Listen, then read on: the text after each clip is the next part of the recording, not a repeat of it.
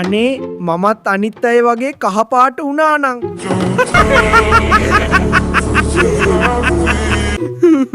අද නම් මම කොහොම හරි කහපාට වෙනවමයි.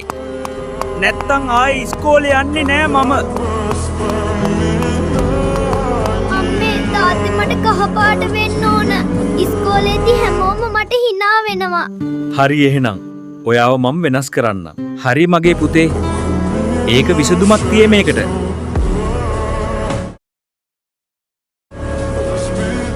අනේ ඔයාලට ස්තුතියි. මට දැන් යාළුවෝ hina වෙන එකක් නෑ නේද තාත්තේ? අම්මේ නෑ පුතේ. දැන් ඔයත් එයාලා වගේමයි. white strawberry කොහොමද ඉතින් ඔයාට? නියමයි. ඔයාලා කොහොමද? අර පස්සෙන් තියෙන වෑන් එකේ පොඩි වැඩක් තියේ පෙන්නන්න යමුද? යමු.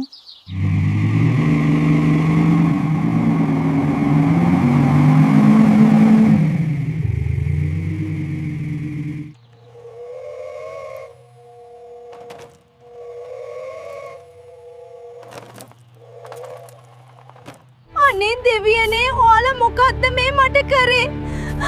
මට අමාරුයි අනේ මාව හොස්පිටල් එකට ගෙනියන්න. අනේ මාව ප්‍රෙග්නන්ට් නේද දෙවියනේ? ඇයි දෙවියනේ මෙහෙම කරේ මට? මගේ ජීවිතේම විනාශයි නේද? අනේ එග්ප්ලැන්ට් අයියා මේ බලන්න ඔයාලා කරපු දෙයින් මම ප්‍රෙග්නන්ට් වෙලා මාව බාර ගන්න දැන්. පිස්සුද ගෑණියේ උඹ කවුද? අනේ දෙවියනේ මට දැන් කරන්න තියෙන්නේ මේ ළමයි දෙන්නව හදාගන්න එක විතරයි. මම ඔයාලා දෙන්නම කොහොම හරි හොදට බලා ගන්න. ආයෙනම් මම කවදාවත් කිසිම පිරිමි කෙනෙකු විශ්වාස කරන්නේ නැහැ.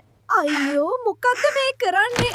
ගේ නිකන් පිස්සන් කොටුවක් වගේ. මට නම් දැන් මුන් දෙන්නම මෙපා වෙලා තියෙන්නේ මා.